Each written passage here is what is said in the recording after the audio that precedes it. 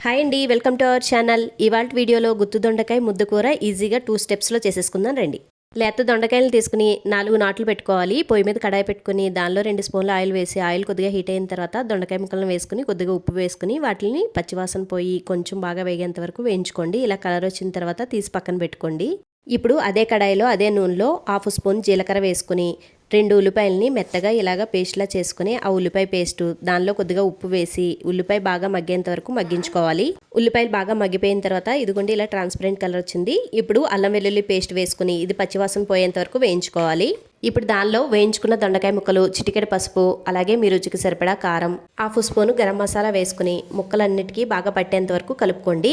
ఇప్పుడు ఆ ముక్కల్లో చిన్న టీ గ్లాసు వాటర్ పోసేసుకుని మూత పెట్టుకుని లో ఫ్లేమ్ మీద 10 నిమిషాల పాటు ఉడికించుకోవాలి. 10 నిమిషాల తర్వాత కూర అనేది దగ్గరికి వచ్చేసింది. ఇప్పుడు స్టవ్ ఆఫ్ చేసి సర్వ్ చేసుకోవడమే. ఇలాంటి మరిన్ని వీడియోల కోసం మన ఛానల్ సబ్స్క్రైబ్ చేసుకోండి, బెల్ ఐకాన్ నొక్కండి. టాటా.